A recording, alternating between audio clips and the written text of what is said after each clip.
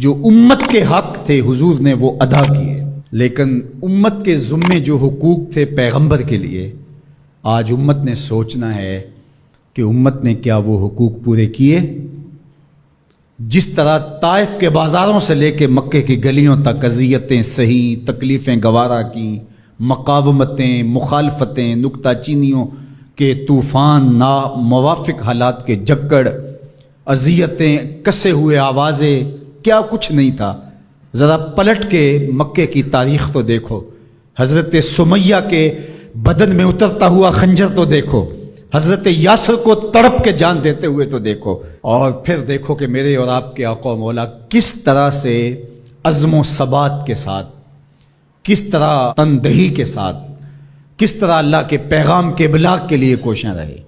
گھر میں فاقے تھے، کئی دن تک چولہا نہیں جلا، لیکن تبلیغ کے تسلسل میں فرق نہیں آیا، اور پھر تبلیغی عمل کو کسی غرض سے بھی ملوث نہیں ہونے دیا۔ لا اسألکم علیہ اجرا اس پہ شاہد عادل ہے۔ قیامت تک اپنی نسل کے لیے صدقہ بھی حرام کر دیا، زکوٰۃ بھی حرام کر دی کہ میری نسل بھی تم سے کچھ نہیں لے گی، میں محض اللہ کی رضا کے لیے تم تک پیغام حق کا ابلاغ کیا ہے۔ جو حق تھا حضور کے ذمے امت کا، اس کو ادا کیا۔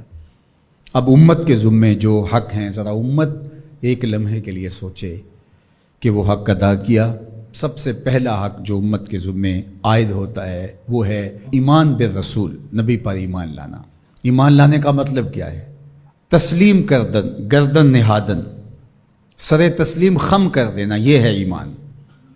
اپنی خواہش ترک کر کے جس کو مان لیا ہے اس کے لیے گردن جھکا دینا۔ تیرے ہندیاں سندیاں محبوبہ، میں کافر ہوا جے میں ہوا۔ دوسرا تقاضا اتباع ہے، اور وہ ایمان کا تقاضا بھی ہے۔ رسول کو ماننے کا مطلب یہ ہے کہ رسول کی مانی بھی جائے۔ یہ کیا ماننا ہوا کہ خواہش اپنی ہوئی، ساری زندگی اپنی مرضی کے مطابق گزاری، شادی بھی ساری اپنی مرضی کے مطابق، ساری رسم ہندوانہ کی، صرف ایجاب اور قبول، پھیرے نہیں لگوائے۔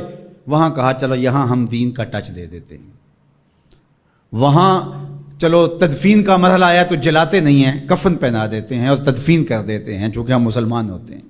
فیکٹری کے اندر جو کچھ ہو رہا ہے وہ سارا بینک سے لمٹیں چل رہی ہیں، وہ سارا جو ہے وہ اللہ سے اعلان جنگ ہے، اور باہر نمائش کے لیے دسترخوان لگایا ہوا ہے کہ ہم غریبوں کو کھانا کھلا رہے ہیں۔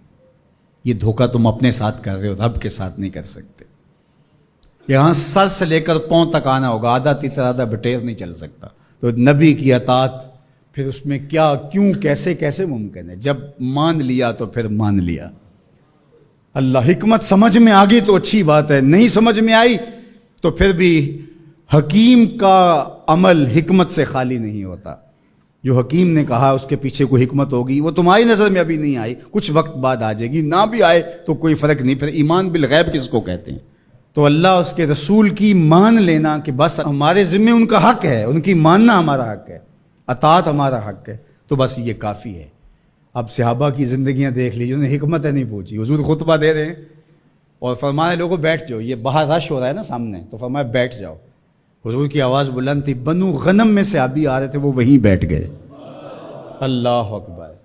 کسی نے کہا تم یہاں بیٹھے ہو، کہ حضور نے کہہ دیا اور بیٹھ گئے۔ اللہ اکبر۔ تو یہ ہے اطاعت، یہ ہے فرما برداری، یہ ہے زندگی کا جمال۔